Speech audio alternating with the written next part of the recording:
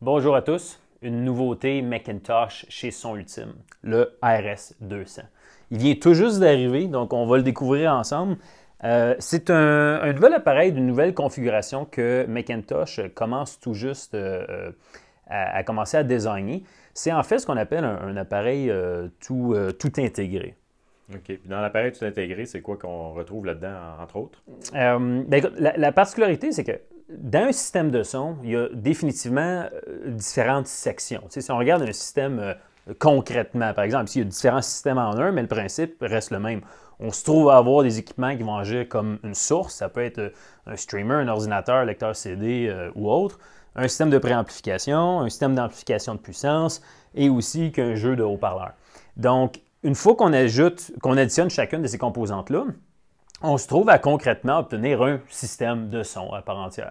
Donc, quand on parle d'un système tout intégré comme le RS200, c'est un peu le même principe. C'est-à-dire qu'on va prendre chacune de ces composantes-là et on va se trouver à les additionner dans un seul et unique boîtier, ce qui crée un produit tout intégré. OK. Puis là, si on parle d'un produit tout intégré, on voit souvent des barres de son. C'est un peu le même genre de produit? C'est quelque chose qui peut être assez similaire, sauf qu'une barre de son, à proprement dit, c'est souvent apparenté à une télévision uniquement.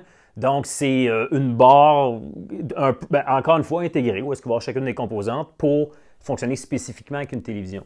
Dans ce cas-ci, on peut l'utiliser à cette fin-là, sauf qu'on va un peu plus loin, dû au fait qu'il y a différents types d'entrées analogiques, entrées numériques, il y a des streamers. Je vais aller les voir justement, là, tout en oui, parle, oui, absolument. Tant qu'à en parler.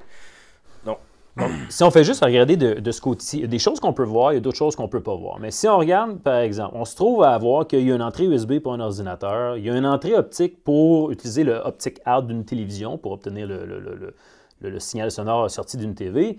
Il y a aussi un HDMI ARC qui permet, encore une fois, un peu comme pour l'entrée optique, être capable de récupérer le signal sonore de la télévision. OK. Il y a une sortie subwoofer, il y a des entrées analogiques. Ouais, puis là, les triggers, ça, c'est pour brancher avec les systèmes Macintosh. Hein? Ouais, si vous avez, par exemple, différentes composantes Macintosh, on est capable d'utiliser le trigger out qui va venir allumer différents systèmes pour que tout le système démarre en même temps. Non, c'est ça. Puis là, on voit ici en arrière, c'est un heatsink, je pense, qui est tout en métal, celui-là. Hein? Oui, c'est ça. C'est que un système de son, nécessairement, en plus Macintosh, on parle d'à peu près 650 watts dans ce cas-ci, en classe D. Ça dégage quand même un certain niveau de chaleur. Donc, ce qui arrive, c'est que le dissipateur de chaleur, non seulement il est bien fait esthétiquement, mais au niveau de la construction, il est irréprochable.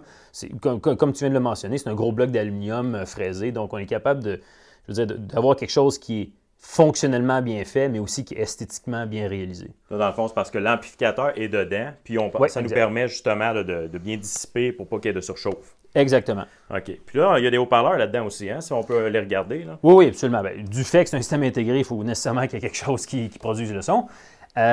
Donc, les transducteurs, parce qu'on se rappelle que ça, c'est ce qu'on appelle concrètement des transducteurs.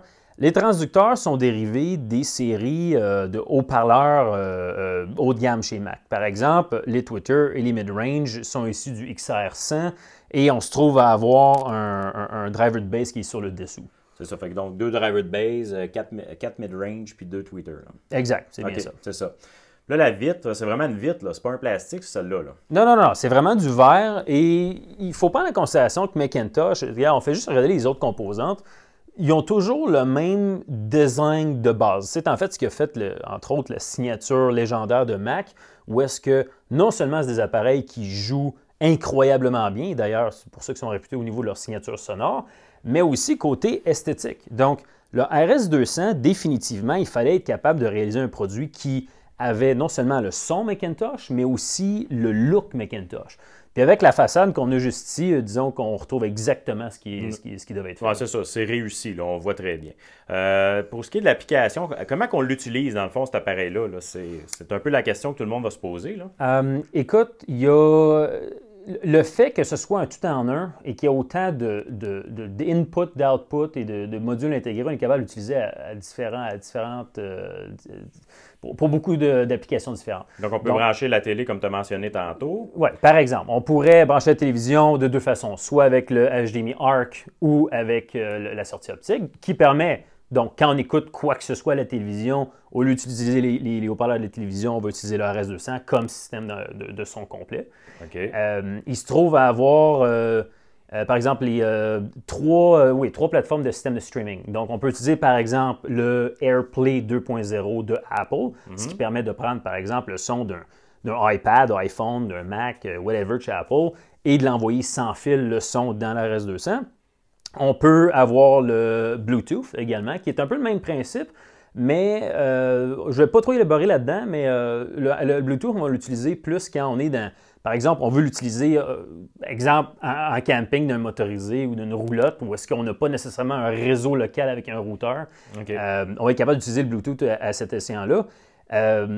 Troisième chose, c'est le système de streaming intégré. Donc, Macintosh sont très proches de DTS.